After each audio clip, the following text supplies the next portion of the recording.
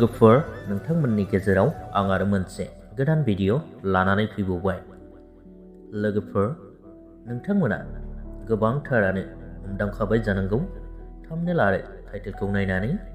बेनो जादों लोगोफोर, बर'नि जौगाफुनाय मेथाइ रोजाबगिरि, बयजोंबो अनसायजाबोनाय बिथां रिमल दैमारि बिथांनि गोथार जुलिया थांनाय मैया गाजा गोमजायै जानानै थांबाय।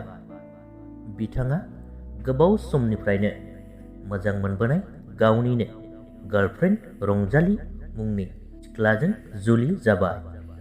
मेनि कंग्रेचुलेसन जासिहरनाय थाबाय रिमल दैमारि आरो रंजाली बिथांमोननिसिम।